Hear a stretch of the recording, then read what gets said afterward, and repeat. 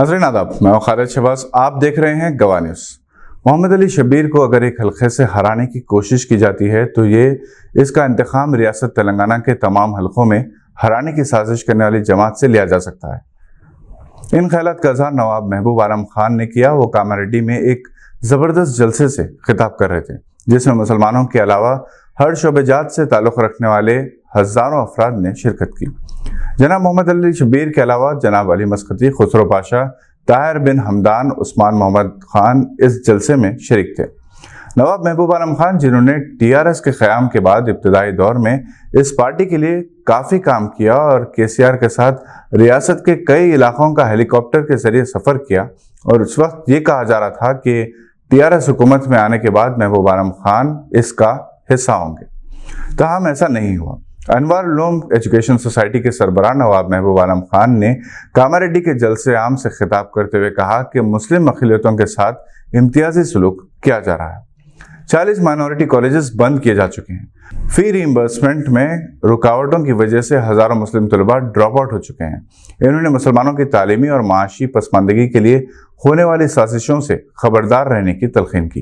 जनाब मोहम्मद अली शब्बीर, जो मुत्तहिदा आंध्र प्रदेश और इसकी तकसीम के बाद दोनों रियासतों में तालीम और रोज़गार में 4% रिजर्वेशन के चैंपियन हैं, इस अज़म का इजहार किया कि वो नाइंसाफ़ी के खिलाफ जिद्दोजहद जारी रखेंगे।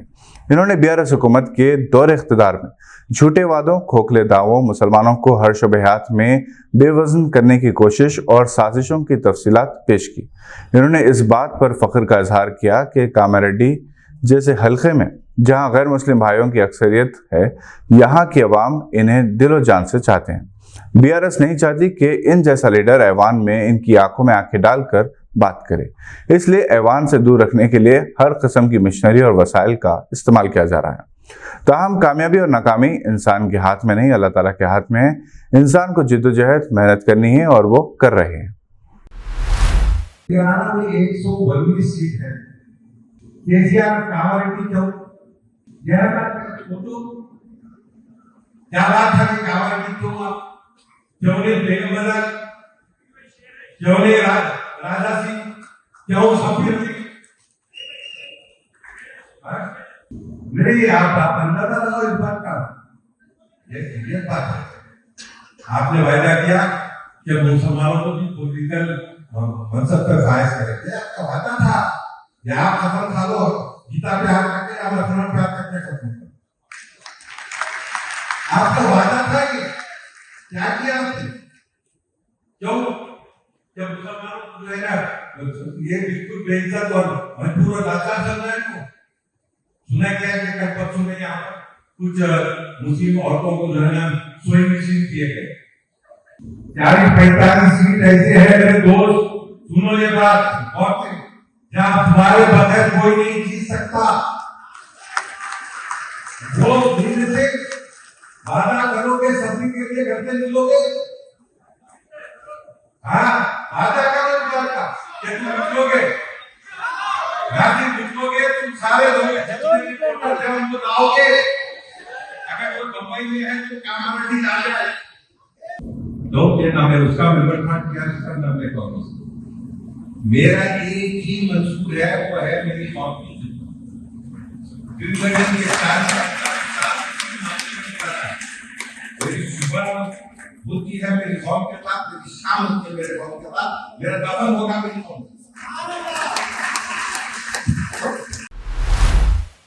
नाजरीन, हम आजकल GPS के इस कदर आदी हो चुके हैं कि जिन महलों में जिंदगी का बेशतर हिस्सा गुजर गया, जहां की सड़कों, गलियों, दरो दीवार से हम आशना हैं, इनमें भी किसी मकान तक, किसी दुकान तक या किसी नुक्कड़ तक पहुंचने के लिए GPS का इस्तेमाल करने लगे हैं। जिस तरह मोबाइल ने हमारी याददाश्त को ख़त्म कर दिया है, उसी तरह GPS ने हमें अपने इलाके में अजनबी बनाकर रख दिया। ये सच है कि GPS से अनजानी राहों पर मंजिल तलाश की जा सकती है, ताहम कभी भी GPS आपको अपनी मंजिल से भटका कर मौत के देहाने तक ले जा सकती है। ऐसा ही वाक़या केरला के एर्नाकुलम में पेश आया, जहां 2 डॉक्टर जो अपने एक और डॉक्टर दोस्त की सालगिरह तकरीब में शिरकत के लिए कार के जरिए सफ़र कर रहे थे और अपनी मंजिल का रास्ता बताने का इन्हिसार GPS पर था, और GPS ने जो रास्ता बताया, इसने इन्हें दरिया में उतार दिया। और नौजवान डॉक्टर्स डॉक्टर अद्वैत और डॉक्टर अजमल दरिया में गर्काब हो गए। दोनों की उम्र 29 बरस थी। 3 और साथी जो कार में मौजूद थे किसी तरह बच निकलने में कामयाब हो गए। जिंदा बच जाने वाले डॉक्टरों ने बताया कि वो जीपीएस के जरिए अपने दोस्त के मकान जा रहे थे। जीपीएस ने जिस सड़क की सिमत बताई वहां इस सड़क के बजाय ठहरा हुआ पानी था, जो दरअसल दरिया का पानी था। जीपीएस या ग्लोबल पोजिशनिंग सिस्टम एक सैटेलाइट की बुनियाद पर काम करने वाला रेडियो नेविगेशन सिस्टम है, जिसे 1960 में अमेरिका ने मुतारिफ करवाया। हिंदुस्तान में इसरो ने भी इस पर काम किया। 1 जुलाई 2013 से Indian regional navigation satellite system मुतारिफ करवाया गया। इस वक्त सारी दुनिया जीपीएस की आदी हो चुकी है और इसी बुनियाद पर कैब सर्विसेज आम हुई हैं। जीपीएस का इस्तेमाल जरूर करें, जहां तक हो सके इसके बगैर भी लैंडमार्क्स की मदद से रास्ता तलाश करने की कोशिश की जाए। सऊदी शहजादे मोहम्मद बिन सलमान ने अपनी महंगी तरीन गाड़ियों में से एक मर्सिडीज का तोहफा देकर बच्चे की ख्वाहिश पूरी कर दी। गिफ्ट लेना किसे नहीं पसंद। तोहफा अगर महंगा हो और वो भी किसी मशहूर शख्सियत की जानिब से दिया गया हो तो इसे हर कोई खुशी से कबूल कर लेता है। ऐसा ही कुछ एक सऊदी बच्चे के साथ भी हुआ, जो सऊदी फरमारवा से मिलने के लिए हुजूम में खड़ा था और खुशकिस्मती से इस दौरान इस बच्चे की मुलाकात मोहम्मद बिन सलमान से हो भी गई। बच्चे ने सऊदी शहजादे से मिलते ही मासूमियत भरे अंदाज में इनकी मर्सिडीज की तरफ इशारा करते हुए महंगी गाड़ी की ख्वाहिश का इजहार किया, जिस पर मोहम्मद बिन सलमान ने कहा, आप मर्सिडीज चाहते हैं? तो बच्चे ने हाँ में जवाब दिया। मोहम्मद बिन सलमान ने इंतजामिया से बच्चे के घर का पता लेने के लिए कहा। आपको ये जानकर हैरत होगी कि ख्वाहिश के अगले ही रोज बच्चे के घर मर्सिडीज गाड़ी पहुंच गई, जिसके साथ बच्चे की तस्वीर भी सोशल मीडिया पर मौजूद है। इसके अलावा इस पूरे वाक़े की वीडियो भी सोशल मीडिया के मुख्तलिफ प्लेटफॉर्म्स पर शेयर की जा रही है। तेलंगाना के वजीर आईटी और म्युनिसिपल एडमिनिस्ट्रेशन केटीआर ने सदर मजलिस बैरिस्टर असद अवैसी और एमपी के साथ मिलकर हैदराबाद के मलकपेट में 700 करोड़ से तामीर किए जाने वाले 30 मंजिला आईटी टावर का संग बुनियाद रखा। इस मौके पर मजलिस के रुकन असेंबली जनाब अहमद बिन अब्दुल्ला बलाला भी मौजूद थे।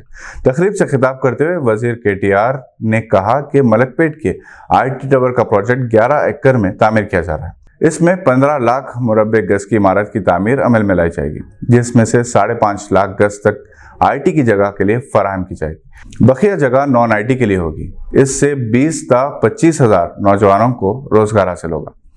इन्होंने मेट्रो स्टेशन के करीब स्काईवॉक बनाने का भी वादा किया, ताकि इसके जरिए नौजवानों को सहूलत हो सके। इन्होंने इसे ट्रेलर से ताबीर किया और कहा कि पिक्चर अभी बाकी है, मजीद काम किए जाएंगे। इन्होंने कहा कि मूसी नदी को खूबसूरत बनाने के काम भी हुकूमत करेगी। 415 किलोमीटर मेट्रो रेल बनाने का भी मंसूबा है। पुराने शहर में मेट्रो के साथ साथ पैगंबरपेट तक मेट्रो की सहूलत फराहम की जाएगी। शहर के हर इलाके में मेट्रो की कनेक्टिविटी को बेहतर बनाने की कोशिश आइंदा 2 मियाद में की जाएगी। आज के लिए बस इतना ही। नई खबरों के साथ फिर होगी मुलाकात। अगर आप हमारे चैनल पर नए हैं तो सब्सक्राइब करते हुए बेल आइकन दबाना ना भूलें। हम फिर हाजिर होंगे। देखते रहिए गवाह।